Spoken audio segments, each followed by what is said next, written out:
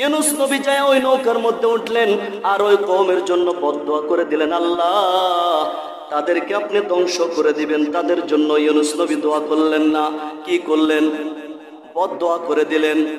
কারণ ধৈর্য হারা হয়ে গেছেন ইউনূস নবী, ইসলাম গ্রহণ করেন না, এই জন্য ধৈর্য হারা হয়ে গেছেন। তিনি যখন ধৈর্য হারা হয়ে যখন রওনা দিলেন অন্য দেশের দিকে চলে যাবে, ইউনূস নবী নৌকার মধ্যে উঠলেন। উঠার পরে কিছুক্ষণ পর যখন নৌকা বোঝাই করা নৌকাটা যখন ছেড়ে দিলেন, রওনা করলেন অন্য দেশে চলে যাবে। ইউনূস নবী নৌকার মধ্যে ছিলেন, এমত অবস্থায় কিছুক্ষণ পরে দেখতেছেন নৌকাটা ডুবে যাবে ডুবে যাবে।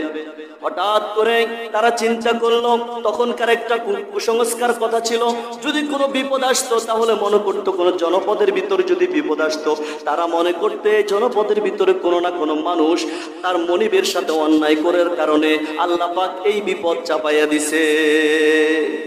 তারা চিন্তা করতে লাগলো এই নৌকার ভিতরে এমন একজন ব্যক্তি আসছে যিনি তার কোনো মনিবের সাথে অন্যায় করেছে, এই জন্য আল্লাহ পাকে বিপদ দিয়ে দিলেন। হঠাৎ করে নৌকাটা ঢুলতেছে, ডুবে যাবে ডুবে যাবে।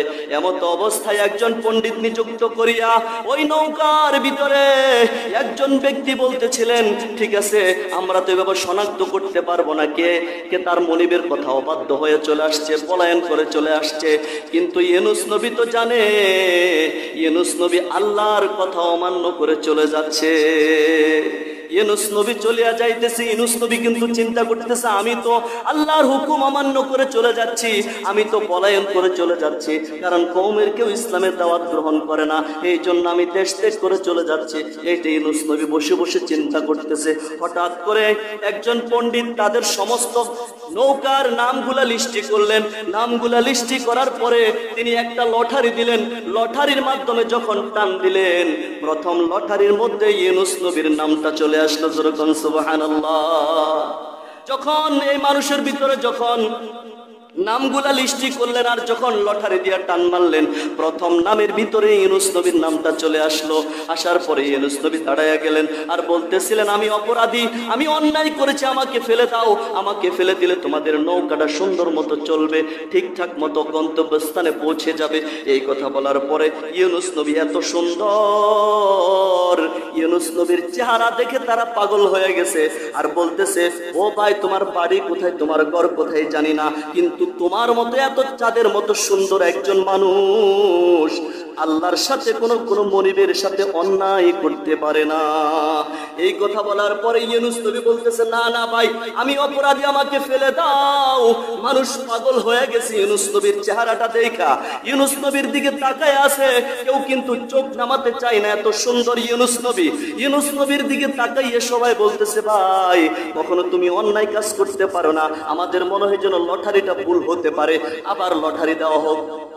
দ্বিতীয়বার আবার লটারি দিল। দ্বিতীয়বার আবার যখন লটারি দেওয়া হলো, দ্বিতীয়বার নামটা যখন টান দিলেন, লটারি দেওয়ার সাথে সাথে টান দেওয়ার সাথে সাথে আবার দ্বিতীয়বার ইউনূস নবীর নামটা চলে আসলো। ইউনূস নবী বলতেছে, ভাই আর লটারি দেওয়া লাগবে না, আর তোমরা অপরাধীকে খোঁজা লাগবে না, আমি অপরাধী, আমি অপরাধী, আমাকে তোমরা ফেলে দাও, আমাকে যখন নদীতে পালাইয়া দিবা আল্লাহ পাক তোমাদের নৌকাটাকে সুন্দর মতো গন্তব্যস্থানে পৌঁছাইয়া দিবে। ইউনূস নবী ডাক দিয়ে বললে, ভাই তোমরা শুনো, ভালো মানুষের ভিতরে কিন্তু খারাপই থাকতে পারে। কথা বলেন, ভালো মানুষের ভিতরে কিন্তু খারাপই থাকতে পারে। 5 ওয়াক্ত নামাজ পড়ে, 5 ওয়াক্ত নামাজ পড়ে, দিনদার মতো চলে, কিন্তু তার ভিতর দুর্নীতির অভাব নাই, সুদের অভাব নাই, ঘুষের অভাব নাই, রিয়ার অভাব নাই, অহংকারের অভাব নাই, বদনামের অভাব নাই। কথা বলেন নাই? এরকম মানুষ আছে 5 ওয়াক্ত নামাজ পড়ে, দাড়ি রেখেছে, টুপি লাগাইছে, সুদ বাদ দেয় না, ঘুষ বাদ দেয় না, আল্লাহর বিরোধিতা বাদ দেয় না, ইসলামের শত্রুতামি করতে দ্বিধাবোধ করে না, মানুষের বদনাম করতে তিনি চিন্তা করে না। এরকম আমাদের সমাজে বহু লোক পাওয়া যায়, আছে না? কিন্তু নিজেকে অনেক কিছু দাবি করে। ইউনূস নবী তো তখন পরিচয় দিতে পারতেন, আমি নবী, আমার কেন নাম প্রথমবার আসলো, তিনি বলতে পারতেন না? তিনি পরিচয় দেন নাই। তিনি বললেন, ভাই আমাকে ফেলে দাও, আমাকে ফালাইয়া দিলে তোমাদের নৌকাটা সুন্দর মতো গন্তব্যস্থানে পৌঁছায়া যাবে। এই কথা বলার পরে ওই পণ্ডিতটা ডাক দিয়ে বললেন, না না ভাই আমাদের কোথাও ভুল হচ্ছে, বারবার কেন এই লোকটার নাম আসতেছে। নৌকার সমস্ত নামগুলাকে আবার ডাবল করলেন। কি করলেন? ডাবল করলেন, 100 নামকে 200 করলেন বা 200-কে 400 করলেন।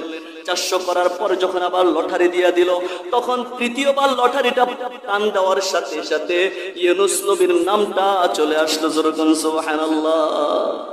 প্রথমবার ইউনূস নবীর নাম চলে আসলো, দ্বিতীয়বারও ইউনূস নবীর নাম চলে আসলো, তৃতীয়বারও ইউনূস নবীর নাম চলে আসলো। এই কথা যখন তিনবার যখন ইউনূস নবীর নামটা চলে